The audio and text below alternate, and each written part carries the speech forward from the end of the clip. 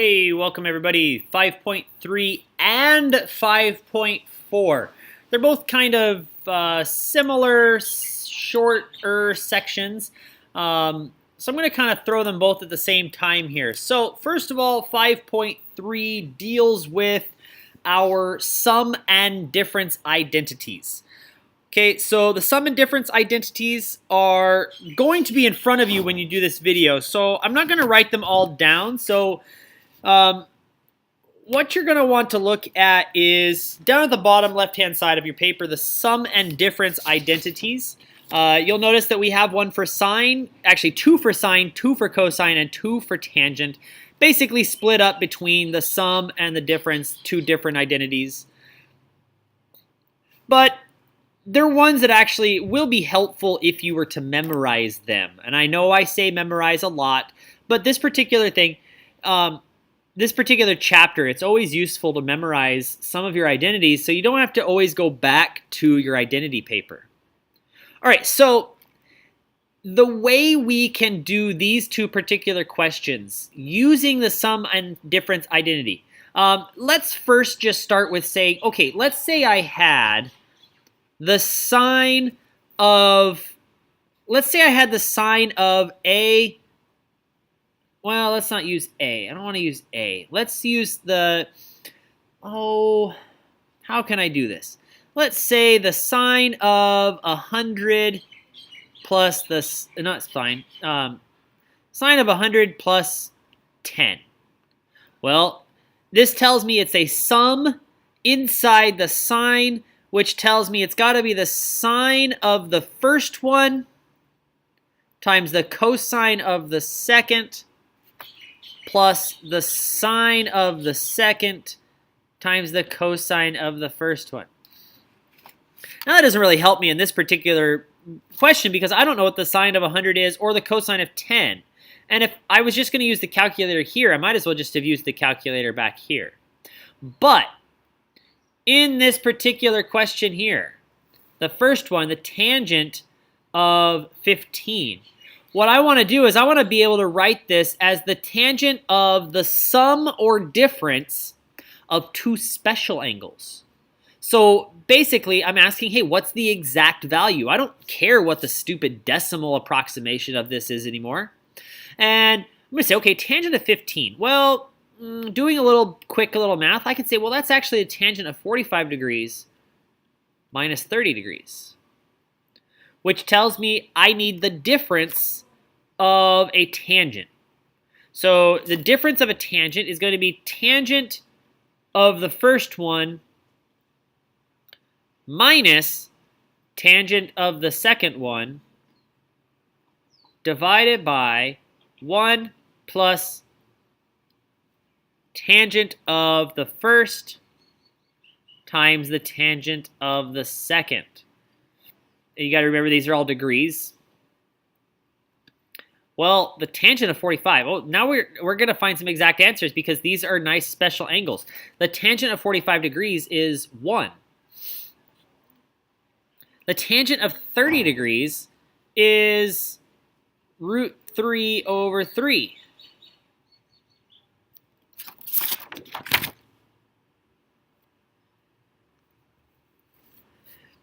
And 1 plus 1 times root 3 over 3. And I get, okay, 3 minus root 3 over 3. Remember, combine your fractions, combine your denominators, or find common denominators. And then 3 plus radical 3 over 3. When I flip and multiply, sorry, I have to come all the way to the left of the page. I kind of went this in the wrong direction here. When I flip and multiply, those bottom 3's are going to cancel, and I get 3 minus radical 3 over 3 plus radical 3. And some of you are saying, I hope he stops right there, but I'm not going to because I want you to actually simplify this. I'm going to multiply by 3 minus radical 3 and 3 minus radical 3. You remember conjugates, get rid of the radicals there. So I get 9 minus 6 radical 3 plus 3 all over 9 minus 3. So I get a nice and lovely 12 minus 6 radical 3 all over 6. And I get 2 minus radical 3. As long as I didn't make any errors there, we should get 2 minus radical 3.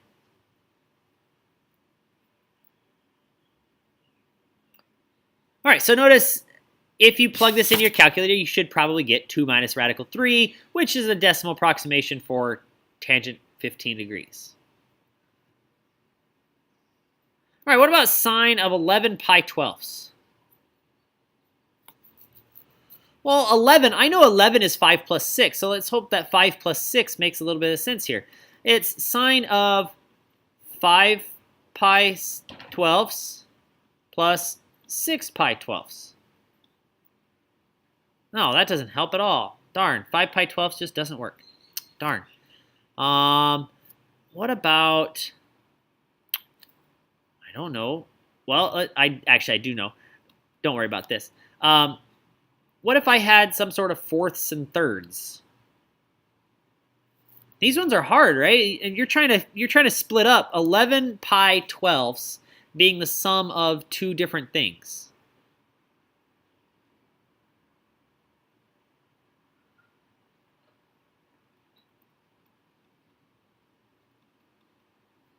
Does that get it?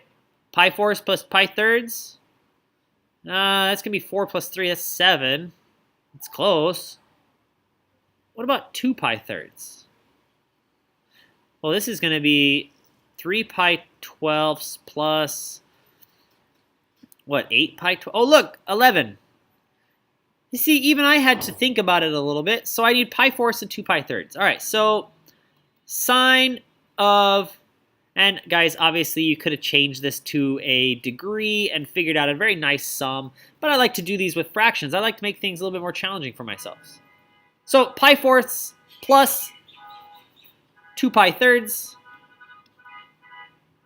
and now I have a sine of a sum, so I can say, okay, it's the sine of pi fourths times the cosine of 2 pi thirds plus the sine of 2 pi thirds, not plus, times the cosine of pi fourths. Now it's super simple. Sine of pi fourths, root 2 over 2. Cosine of 2 pi thirds. Well, if you find that on your circle there, it is negative 1/2 plus sine of 2 pi thirds, root 3 over 2, times the cosine, which is root 2 over 2. So I do a little simplifying here. I get negative radical 2 over 4 plus radical 6 over 4. And obviously you can combine this, I guess, if we wanted to here. We could say negative radical 2 plus radical 6 all over 4. And we get this nice, lovely answer. By the way, you'll notice a lot of these numbers show up a lot, like radical 2s and radical 6 and radical 3s and all those sort of numbers, because that's kind of your only choices, right? Radical 2 over 2, radical 3 over 2, radical 2 over 2, 1/2. It's really only your only choices.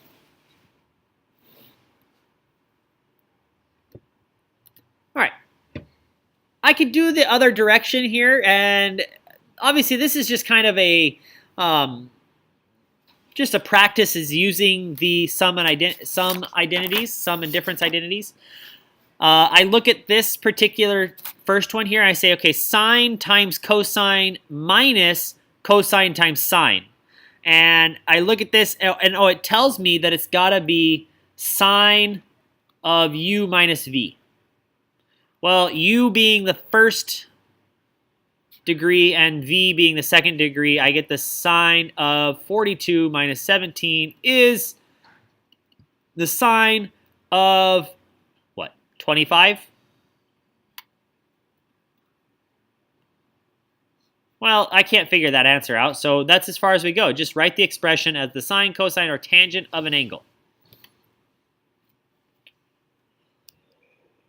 All right, next one. I look at sine of x times sine of 2x minus cosine x cosine 2x. Well, if I have sine and cosine together, That automatically tells me it's got to be the cosine of something. And because it's a minus, it tells me it's actually the sum inside my cosine. So it actually becomes the cosine of x plus 2x. And don't leave that because that's obviously cosine of 3x. And you're done. That's it. But one of the useful areas for this is actually looking at the sine of 2x. And the sine of 2x could be written as the sine of x plus the sine of x. Or, sorry, my fault. Nah, that's not true. Sine of x plus x.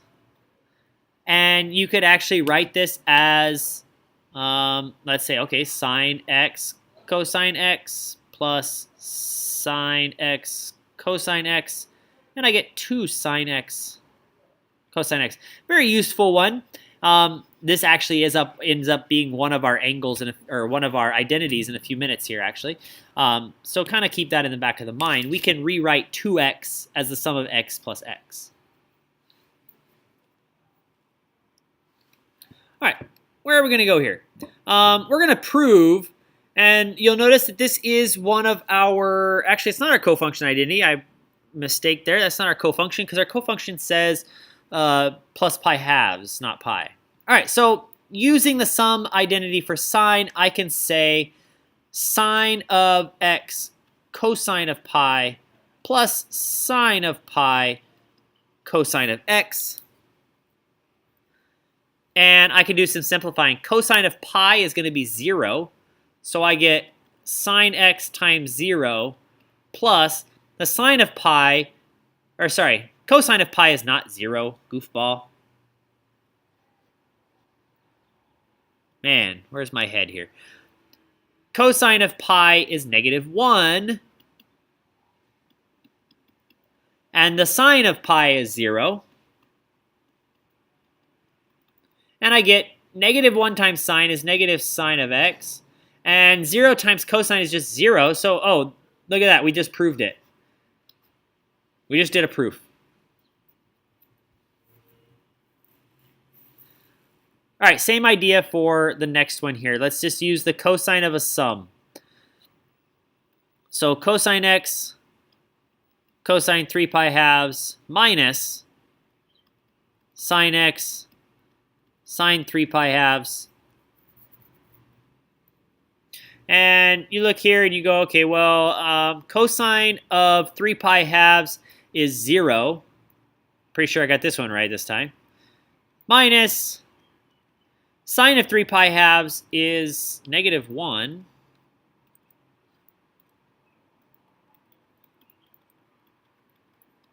And negative sine of x times -1 is plus sine of x. That becomes 0 for the other piece.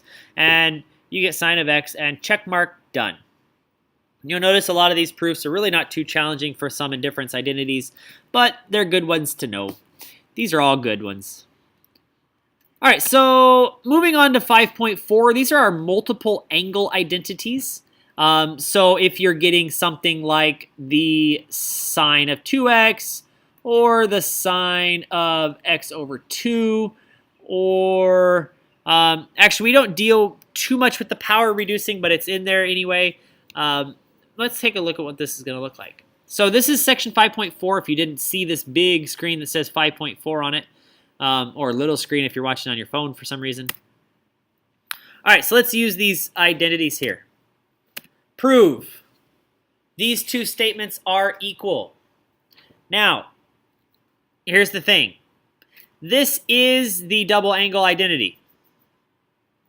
But I want to prove that it's true, and I want to use the sum identity to prove that it's true, kind of like I said just a couple minutes ago.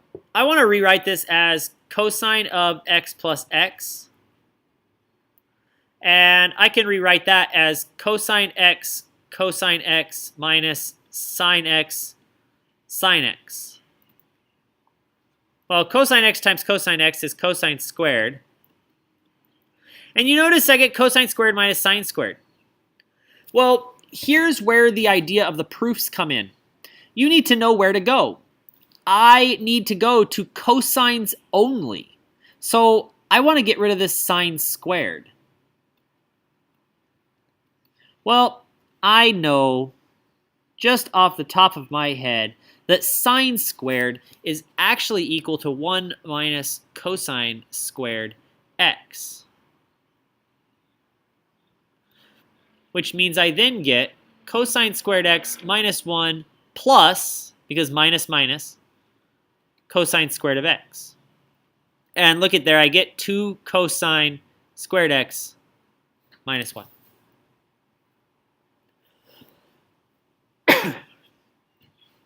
Oh, look, there we go, we proved it.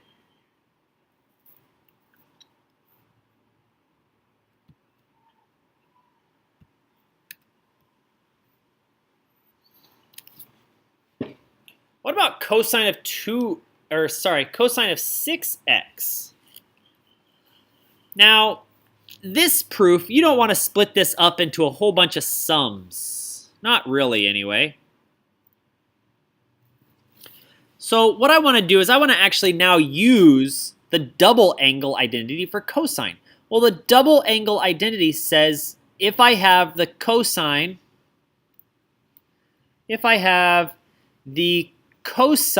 of two somethings.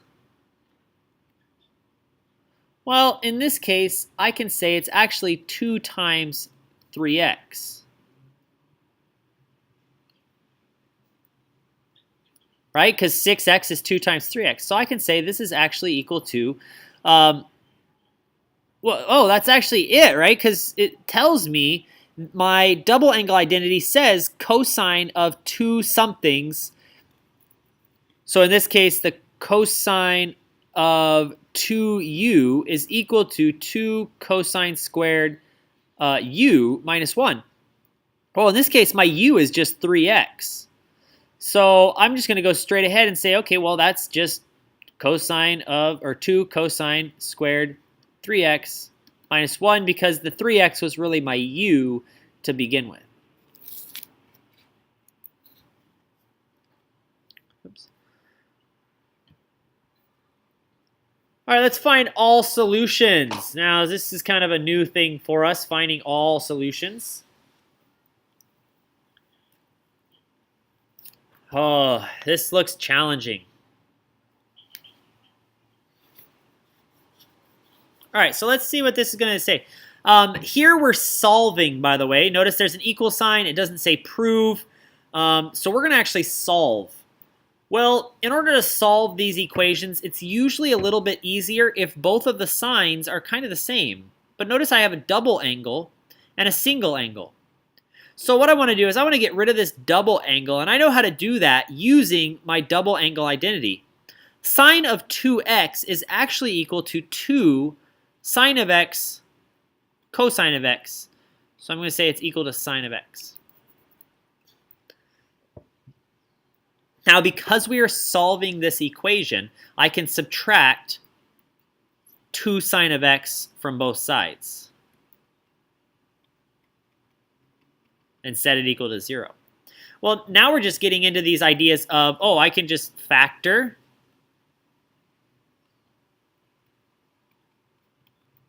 and set both pieces equal to 0. So I can say, okay, 2 sine of x equals 0. And I can say cosine of x minus 1 equals 0. And here's where things get tricky. So I'm going to say, okay, sine of x equals to 0, and here cosine of x is equal to 1. All right, so x is equal to, well, where is sine equal to 0? Sine is equal to 0, at pi, at 2 pi.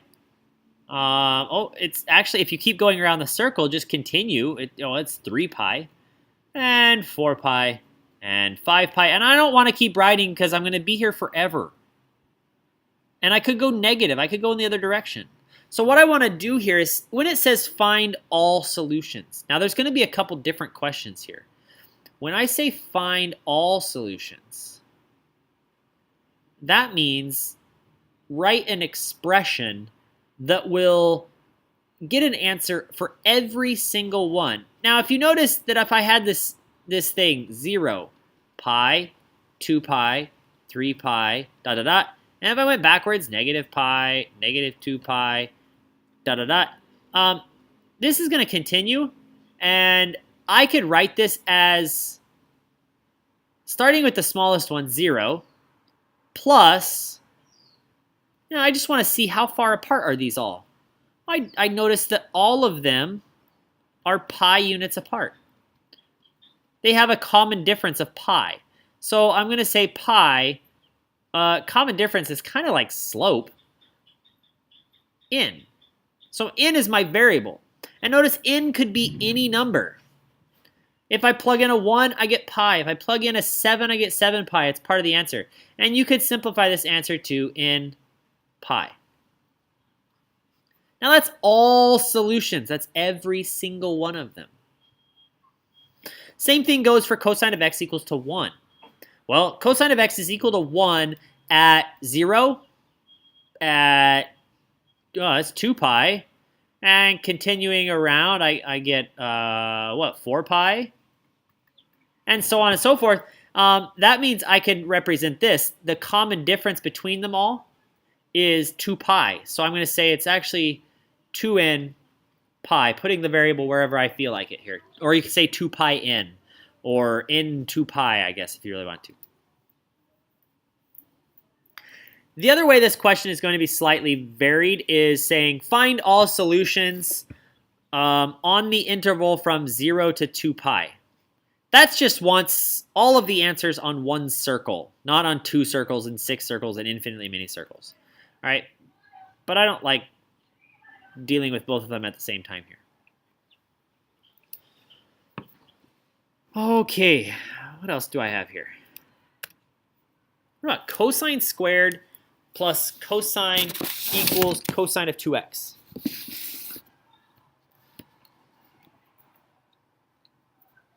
Well, same idea goes here. I don't really want this double angle at all. But I do want everything in the same variable. So if I look at my double angle for cosine, I have 3 variations. And I want the one that only says cosine in it because I want to keep everything the same. So I'm going to say this is actually 2 cosine squared of x minus 1. I'm just going to rewrite that. And then I could do the same thing I did before, and because it's an equation, I can say this is actually 2 cosine, sorry, not 2 cosine squared. If I subtract cosine squared from both sides, I get cosine squared x minus cosine x minus 1 equals 0.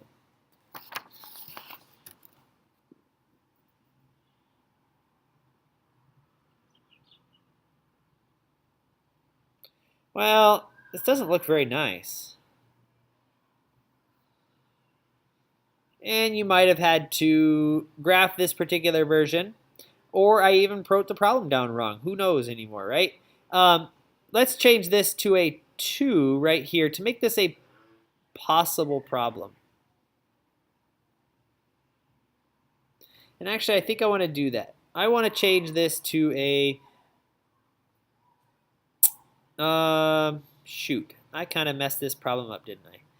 Let's change this...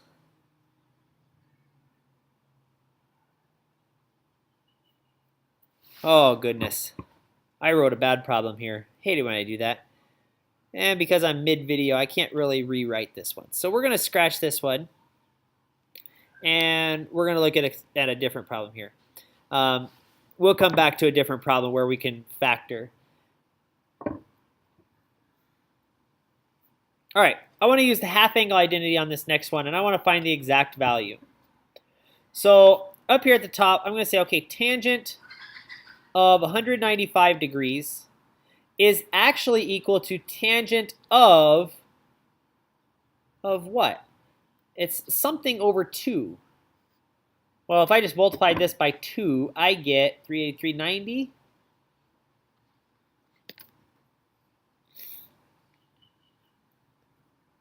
And the half angle identity for tangent is kind of ugly, and you're like, well, which one should I use?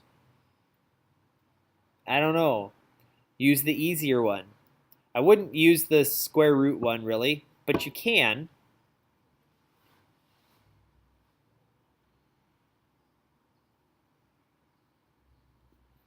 So let's think about this for a minute. So let's try, you should get the same thing from both of them, you'll notice. Let's just try the first nicer one here. Oh, heck with it. Let's just live dangerous. Let's use the square root one. So my u in this case is 390.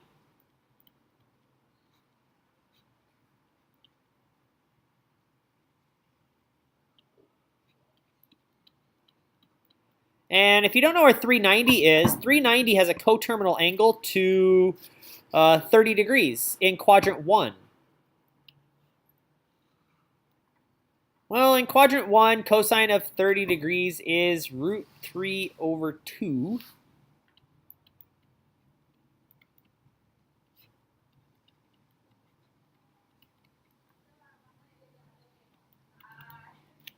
You get kind of something ugly here, but it's not too bad. 1 minus radical 3 over 2, or sorry, 2 minus, over 2 plus radical 3 over 2. That's my fraction here being simplified. I'm going to have to erase some stuff because I wasn't paying attention to space on my screen. Silly goofball. All right, so I get 2 minus radical 3 over 2 minus radical 3 over 2 plus radical 3. I'm still under the square root, don't forget.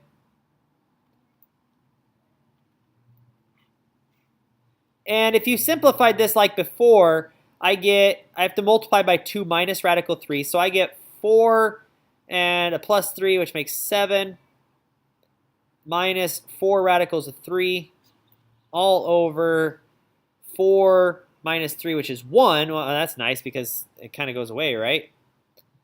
And the big thing here is you're going to get equals to plus or minus the square root of 7 minus 4 radicals of 3, all under a radical, but you have to figure out, is it positive or negative? And here's where you have to come back to the original question.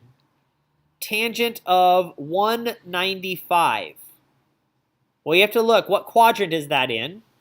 Tangent of 195. 195 is in quadrant 3, and tangent's positive, so I want the positive answer here. So you can never forget about quadrants. You always have to think about quadrants here.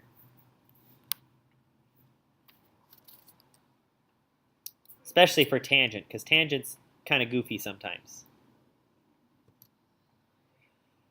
All right, so I know I gave you this assignment sheet already. What I do want to talk about is something I could actually factor. Let's say you had something like cosine squared x plus 3 cosine x plus 2 equals to 0. Let's say that's something you came up with here using some of your identities.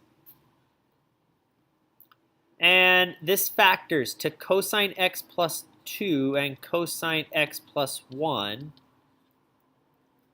And there's some things that come up with this. So if you said cosine of x equals negative 2, cosine of x equals negative 1, you'll notice that cosine of x is never negative 2. So there's no solution on this side. And cosine of x here equals negative 1. This is when x is equal to pi. Now if I said, hey, find all of your answers on the interval from 0 to 2 pi, if I said, hey, find all the answers on one circle, that would be this. But in this case, if I said, hey, find all solutions, the only other times that cosine is negative 1 is 1 full period away. And it's every 1 period away, so 2n pi. So I'm just going to keep going by 2 pi, 2 pi, 2 pi, 2 pi, 2 pi, 2 pi. All right, so make sure you know how to factor quadratics. Very useful. You could obviously use some quadratic formula, but that gets kind of ugly. All right, so you have your assignment sheet. You you remember I did 2 lessons here, so kind of getting through this chapter 5 a little bit quick so we can really study it and really focus on it rather than focusing on the videos. All right, so have fun with this. I will see you guys later.